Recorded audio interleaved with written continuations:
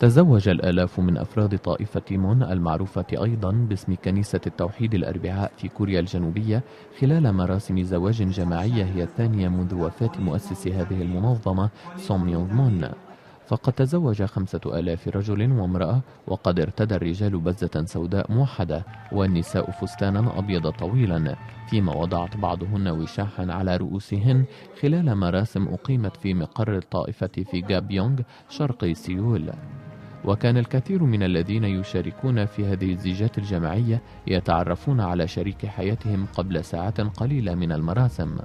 وكان مون يفضل الزيجات المتعددة الثقافات، الأمر الذي كان يعني أن بعض الأزواج ما كانوا يتكلمون اللغة نفسها. وفي السنوات الأخيرة كان الأهل يختارون شريك أولادهم، إلا أن البعض يفضلون الاعتماد على خيار المنظمة.